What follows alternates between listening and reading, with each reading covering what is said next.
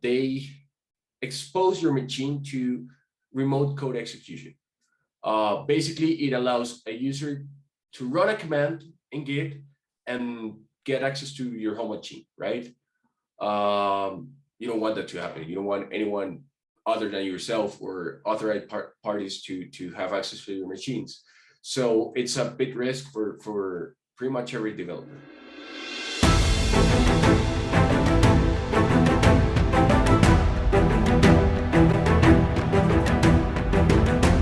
Hello, welcome to the Watermelon podcast. Today we will be having our CTO tell us about the latest Git vulnerability happening today in April 2022. Git is of course very relevant for what we do at Watermelon. We help you go beyond Git blame, and this is of course a topic that's very relevant for us. So Esteban, tell us a little bit about yourself before diving deep into this issue. Hey, I've been a senior developer for a while. I've been coding for 7 years. We started this Watermelon road more than a year ago, but we turned to be a developer tool at the beginning of this year. We've been doing this full time pretty much for the whole year. So, well, we got some experience about helping developers with their code. Awesome. So before diving into this vulnerability, have you seen anything like this before? Would you compare this episode to some other similar thing happening in the past? What are your thoughts on that? Vulnerabilities that create impact depend a lot on the organization that you're in, right? In the last place I worked, we had a problem with Spring Boot because we use Spring Boot intensively. It's a Java framework that it's pretty common, but not everyone would be affected. A lot of companies just had upstream services that used it, and they had to solve it for them. We needed to solve it for our customers, but others didn't get it. This is a big one because it happens on Windows machines and on Git, which are pretty much dominant in the software world.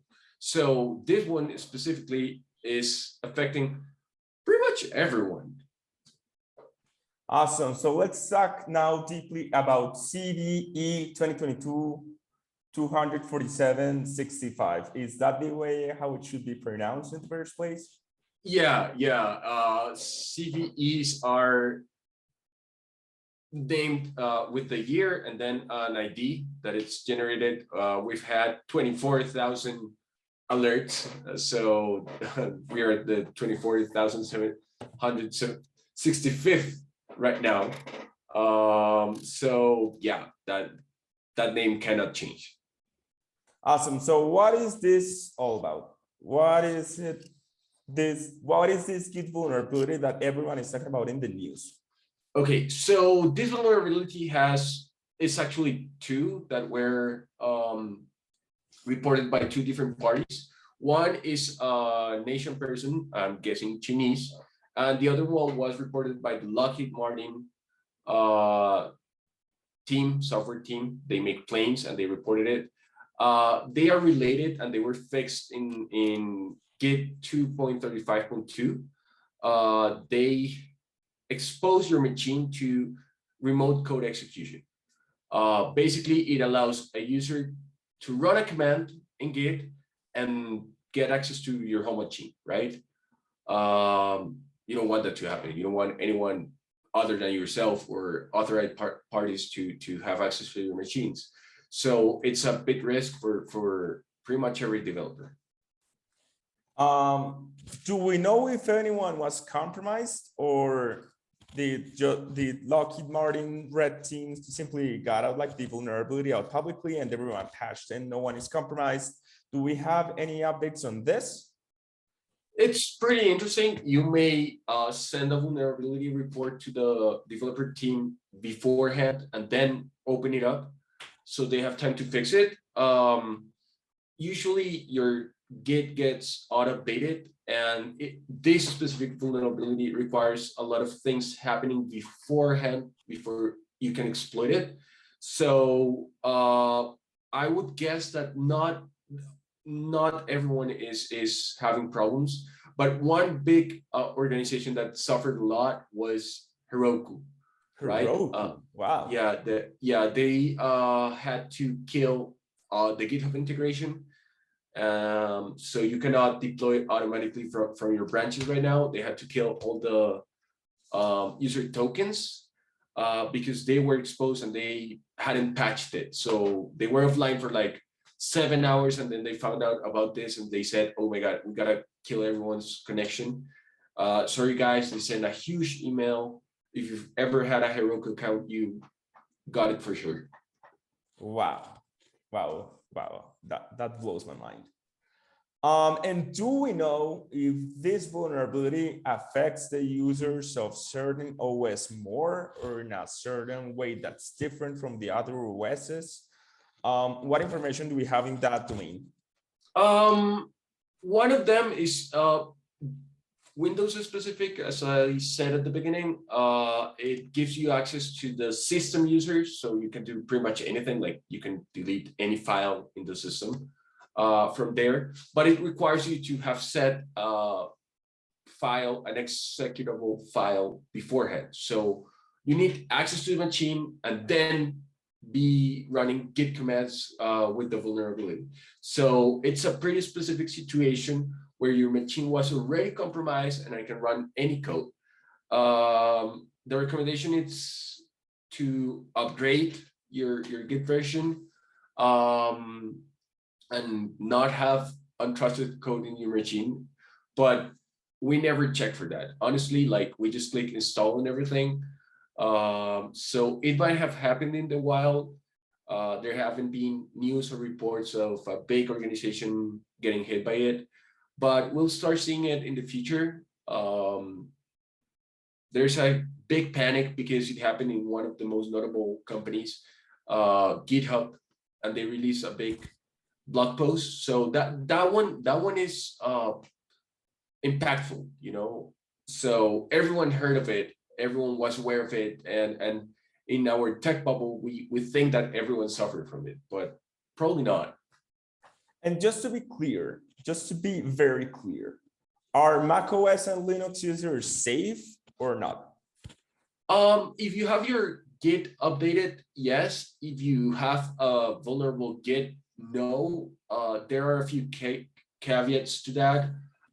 You can set certain environment variables to prevent the user access. Like the thing is, this works by creating a Git repository in the topmost folder, like in your user folder, right?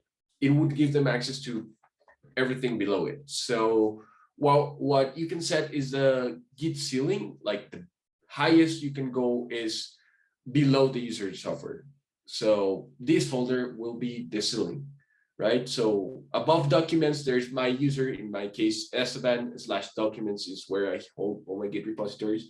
I set it to be documents. Like they can attack everything inside documents, but it will be just my repositories that are publicly available on GitHub. So I wouldn't worry too much. But if you don't, they can execute anything because they would have privileges, right? The fix is pretty interesting. The Git team decided that they were gonna stop Git commands if you sit in a repository that isn't available to the user executing the command. So if system is executing Git, like use sudo git status, you use sudo for everything. Whenever you go into a repository in a Esteban folder, you wouldn't be able to use it. So that's a smart fix. It will change a little, might change a little the workflow for people, but you shouldn't be too worried about it just now. Okay, and so the main suggestion is to upgrade Git. Yeah. Is there anything else we should be doing?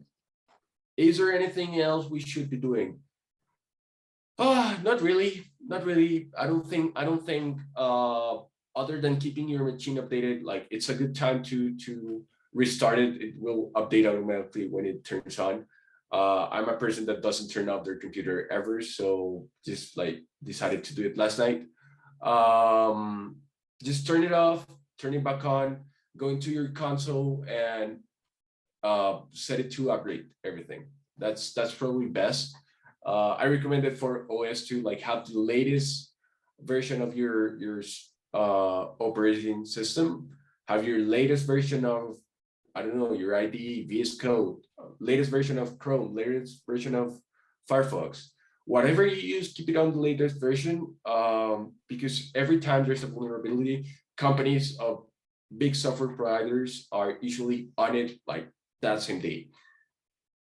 Okay, so going back to Watermelon, we're a VS Code integration between VS Code and GitHub. We, of course, depend a lot on Git. Does this have any implications for Watermelon users? What would you tell Watermelon users? Is running Watermelon gonna be now more restrictive, or what would you tell them like very openly? Not really, not really. We would not be affected, but we might open to the vulnerability in your machine because we actually use the git command on your VS Code. But as soon as you open VS Code, it would run git status to get the information of the repo. That wouldn't be like our fault. When you run it, if for any reason the attacker got into your machine between opening VS Code and running Watermelon, yes, you can blame Watermelon, but the chances are very slim.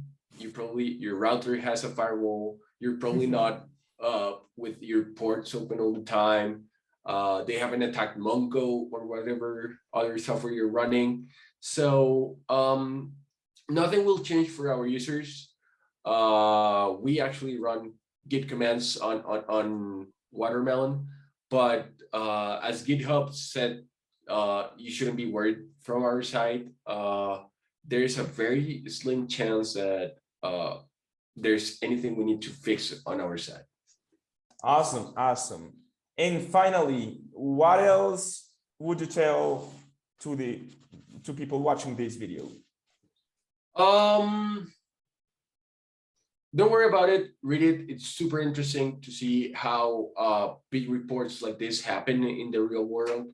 It's super interesting to read about how it was fixed.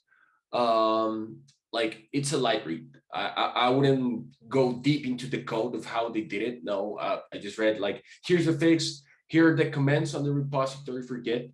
Git, of course, uses Git. So they have a big thread on it. They actually communicate a lot on email. That's super interesting. Like developers in a distributed world using email. So it's open. It's right there. You can go into the source. You just can Google it or search it on your favorite search engine. Yeah, don't take it too bad. Like enjoy the flight. Awesome, awesome. Thank you very much. That's all for today, folks. If you want to keep getting the best cool programming tips, be sure to hit the subscribe button and see you next time. See you. Bye.